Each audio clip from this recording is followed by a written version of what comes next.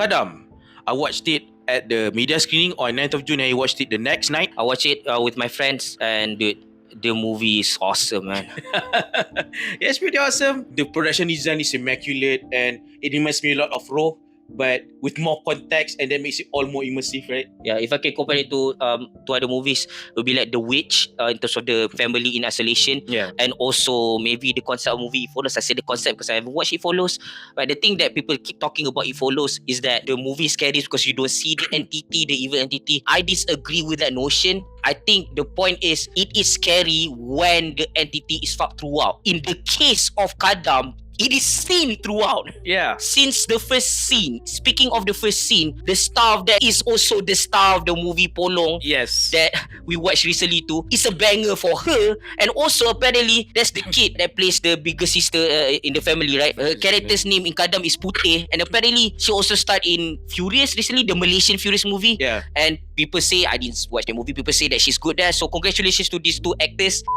Dude, since the first scene, right, the movie doesn't let up at all. The dread is there all the time. Like I said, like The Witch. It feels like it's building up towards something bigger and bigger at all times. And when it hits the fan, it really hits the fan, man. It doesn't fuck around. And it's so interesting because my favorite scene is a scene of a husband and a wife sitting on a veranda drinking coffee. And he has a lot of scenes like that, and also funny scenes like when someone's supposed to get it on and then the next scene is turned to a male chicken, right? That was funny.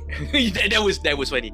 And speaking of husband and wife, yeah, the wife played by Agnini Haq, who I known from only when Suria Din Saleh. I bet she's in other stuff too. She's damn good. Her character is mute, but because of that, she has to use a lot of body language and facial expression, and she's very good at utilizing both of those things. Man, she's great, man. She's great. You know what's also great? Speaking of like the grandma talk about strength, that Putih has strength, and the way they explore strength is something else, man. Yeah. The choices that you make, the choices that the character make, everyone keeps moving.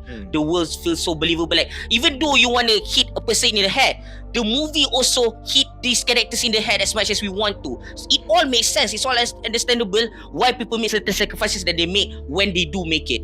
Even though you can get frustrated, you can understand why they do what they do. Yeah. Dude, it doesn't have that many violent scenes, but when it's violent, It's oh very my violent, god, very so and it hits hard and it makes sense. oh man, it's so good. The music is great. The cinematography is like, oh my god, it's so good.